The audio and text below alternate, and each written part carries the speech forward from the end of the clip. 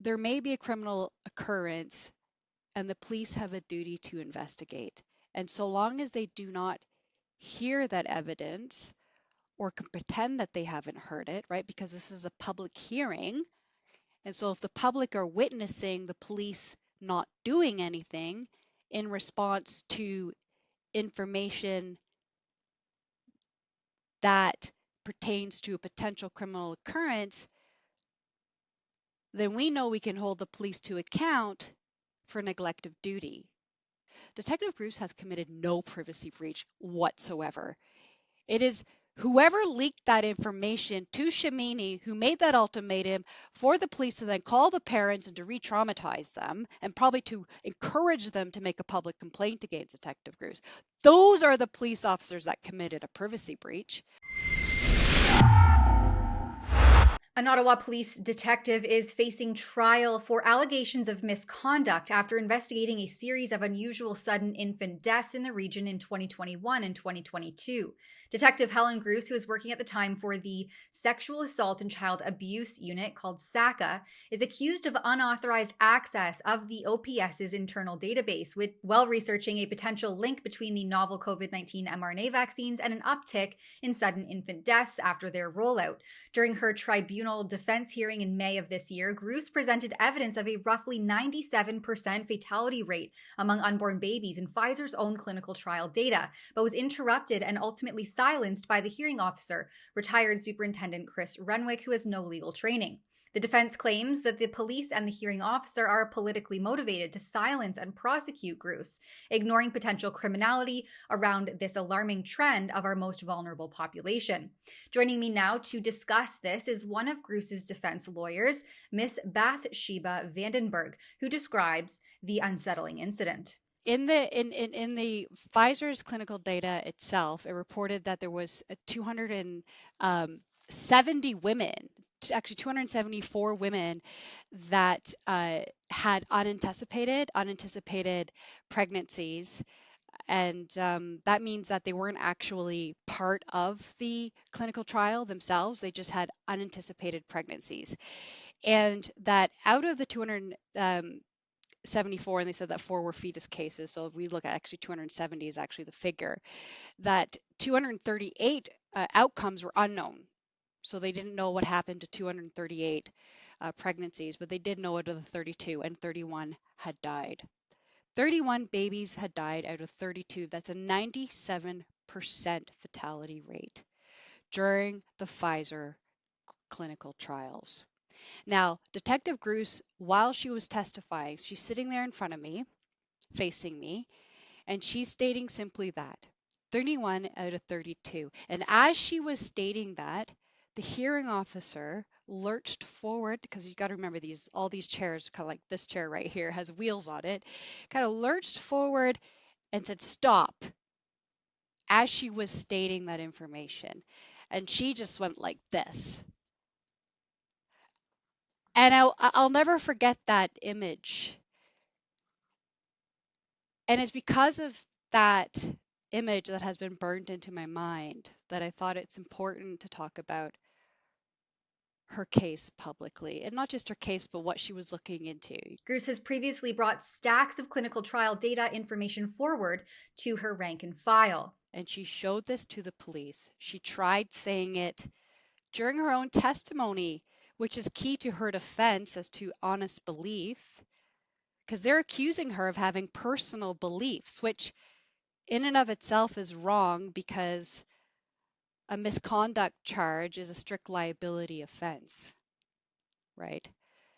But the prosecution over and over again is accusing her of having had personal beliefs in doing this research. And she has maintained, and she's right to maintain, that she was carrying out her duty as a police officer, which is to preserve life and to protect the public.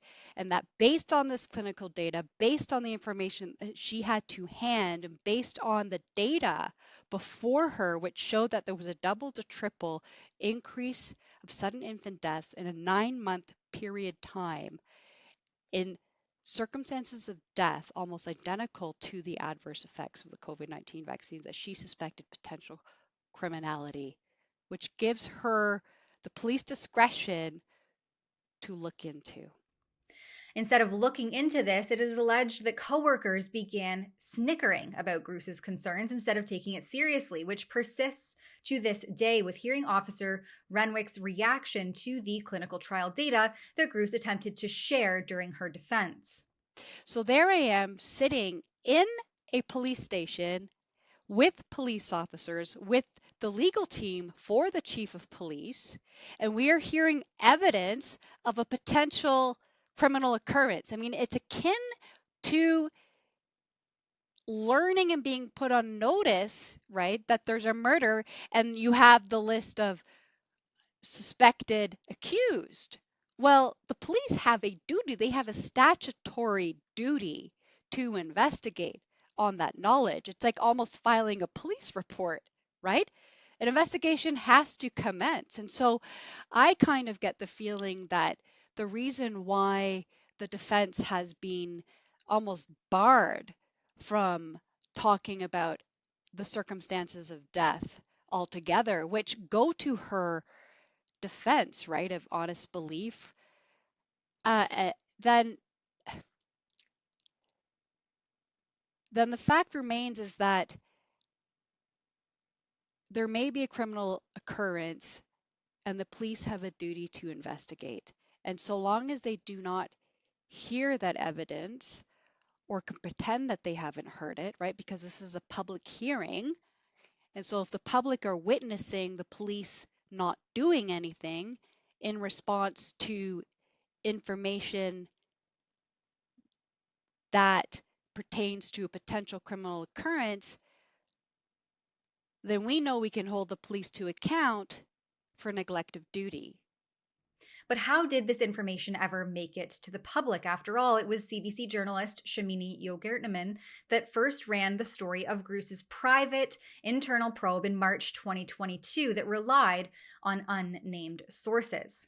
Well, I've got a number of questions. It's sort of like a who did it kind of game to find out who actually uh,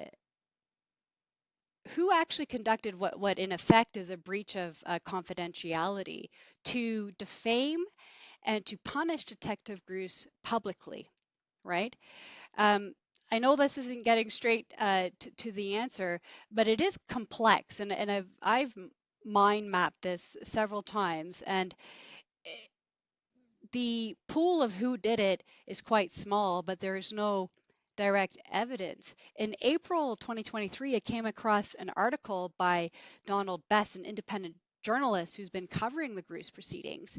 And he wrote that he had noticed that a member of public health agency had attended on the call because initially the appearances and the hearings for Detective Gruce were done by Microsoft Teams. So he noticed in the participants list a Margaret DeGros. And he writes in that article that he tried contacting her as to why she was attending the call, and that I don't know whether it was days or weeks later that her daughter contacted him and threatened him. I mean, I would invite everyone to have a look at his article. It's incredibly interesting because he's transcribed the phone call he had with his daughter. And based on the information that I have to hand, and actually that's a matter of public record as well because of all the evidence that's been filed with the Detective Gruce proceedings, is that her daughter is in fact the mother of one of the deceased infants. And so things become very interesting because her daughter is also the person who was represented by the lawyer mentioned in the March 31st of 2022 CBC article. And the thing is that it's important. I'll try to do this in a nutshell. The timeline here is that in January, the first week of January 2022, it was Detective Gruce's colleagues that noticed the double to triple of infant deaths in unusual circumstances, such as in December 2021, a baby dying in mother's arms with an enlarged heart. And then less than a month later, another baby dying in mother's arms. That's unusual because normally a baby dies when left on their own, breathing issues, smuggling by blankets. If a baby's in your arms, you have more control over the airway and can help the baby if there's any issue. So it's really, really unusual to have a baby die in mother's arms. And so her colleagues were talking about it. Now, Detective Bruce was alive to the fact that there may be issues with these COVID-19 vaccines. And there was an upcoming town hall meeting with all the police officers who were about to be suspended with the chief of police. So Detective Bruce prepared some information because she wanted to raise through her chain of command the issues, potential issues. Like she said, I'm not a medical expert, but maybe we need, a team, right? Police officers, medical experts, and other experts, pathologists, coroners, right? And and somebody caught wind of this. Detective Bruce was then bullied by her colleagues over these concerns with false rumors about her printing a coroner report, which led to an insubordination charge. Bruce was then suspended on February 1st, 2022, for not declaring her vaccine status. And despite the rumor being debunked and her insubordination charge dropped, the damage to her reputation was done. Here's what happened next. On March 24th, she gets an email, but you got to remember she's on suspension. She has no access to her email. She gets an email from the journalist, Shamini, who's trying to protect herself from liability of a defamation suit, right? When you reach out to people to ask for their comment, but Shamini knew that Detective Bruce was suspended, and and there was an email there, and only Detective Bruce found out about it because she got ordered to go back to work in October 2022 with the robbery unit. Anyways, the email is just, again, it's all these allegations of you contacted the coroners to ask about parents' vaccination status. Nobody knew about the phone call, by the way. Nobody knew about that phone call to the father on January 30th of 2022. The first time anybody knew about that was in her compelled interview on May 12th of 2022. However, two CBC articles were published on March 28th and 31st of 2022, alleging that Detective Bruce had contacted the coroners to ask about the parents' vaccination status, amongst a whole other libelous statements about Detective Bruce. And just one final fact that is really important because it's part of the puzzle is that March 24th, Shamini made an ultimatum to the police saying, you must contact those parents, right? That of the cases that Detective Bruce looked into. How did she know about those cases that Detective Bruce? That's a confidential police information, highly confidential. And quite frankly, police can look into that database full of reports. They learn about it. They learn about how to do their own cases. If it's for professional reasons, which later on, that insubordination charge was found insubstantiated because she was looking into it for professional reasons, right? And but the police carried out this ultimatum anyways. They responded to it and they said okay, and they proceeded to call all 9 families. And I don't even know where that 9 file list came from, dating back from 2020, right? Where Detective Bruce has adamantly stated those cases have nothing to do with COVID-19, nothing to do. And we've asked witnesses why the 9, no answers. Yet each of those families were contacted and they were told specifically that Detective Bruce had committed a privacy breach. Detective Bruce has committed no privacy breach whatsoever. It is whoever leaked that information to Shamini who made that ultimatum for the police to then call the parents and to re-traumatize them and probably to encourage them to make a public complaint against Detective Bruce. Those are the police officers that committed a privacy breach, which is quite serious because remember, this is police confidential information. Even Detective Bruce's suspension was confidential information. Ms. Vandenberg emphasized the importance of truth and the necessity of asking questions, especially about medical treatments like the COVID-19 vaccines, which have clinical trials and side effects. She criticized the punishment of those who ask such questions, highlighting Detective Bruce's public ordeal despite her exemplary performance and dedication as a police officer. Detective Bruce is a police officer that everyone wants to have in their communities. An outstanding policewoman. In fact, her recent performance report, even while she still has these suspension conditions and is working for a different unit, that report states what other previous reports reflect is that she's an excellent police officer, brilliant team worker, and fantastic investigative skills. Bruce's lawyer leaves with a message for the public not to give up. The public must not give up. The public needs to know that there is hope, that justice sometimes takes 20 to 30 years to achieve. And it always starts with tenacity.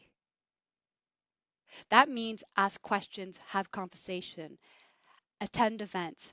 There is a stack of evidence accumulating globally. We need to look at that evidence. We need to educate ourselves. We need to talk amongst each other. We need to have these conversations like we're having right now. We're having a conversation, and hopefully the public can engage in this conversation.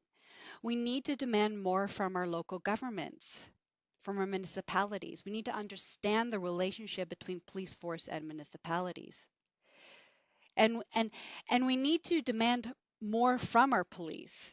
If you start unpacking how police are managed and how there's been numerous law changes in Ontario, and and those laws gift certain powers, for example, to mayors to directly appoint the chief operating officer, who happens to be for Ottawa, happens to be the former deputy chief of police, Steve Bell, to manage the entire police force, to be the employer of the police force.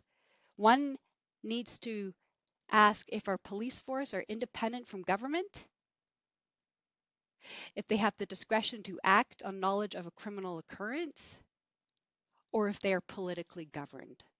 And if they are politically governed, we as public citizens should be deeply concerned, because police officers are there to enforce the rule of law. And according to the rule of law, we are all equal under the law. That means we are all equally held accountable under the law as well. I mean, if there isn't an issue, thank God. But if there's a problem, and not only are they hiding data, manipulating data, but they're stopping the public from asking questions, then I'm really concerned for the welfare of Canadian people in a way. Now, the best solution, of course, would be, in an ideal world, that a panel would be created, right, between pathologists and coroners and police force and other medical experts to look into sudden infant deaths from 2019. I mean, I've been asking for the Ontario coroner's report, which they still haven't published, and they're supposed to, right? They haven't published since 2019. And that report would show some very important data. We need to look at the data. We need to have that data in its raw form. We need to ask questions. And as one lawyer once pointed to me, we need to be able to ask for tissue samples to be tested for spike protein. That is actually really, really hard to achieve in this country. Now, Detective Gruce first took the stand to testify on May 27th this year, with the prosecutor starting cross-examination on May 30th. They requested more than a week for this purpose, with continuation dates not available until December. Ms. Vandenberg is concerned about the emotional distress to Detective Gruce for having to be under oath this long and unable to discuss the case with anyone, including her own legal team. Now, despite the defense's availability, the next hearing dates are scheduled for 2 weeks in January 2025 that will hopefully finally result in a ruling. For Rebel News, I'm Tamara Ugolini. As data continues to mount and evidence shows that these shots may not be what they were originally sold to the public as, you can support this work and learn more at nommoreshots.ca. At that website, you can also send a form email to Health Minister Mark Holland, calling on him to revoke market authorization for these injections, and you can consider supporting our journalistic efforts on this topic if you're able to. All of that at nommoreshots.ca.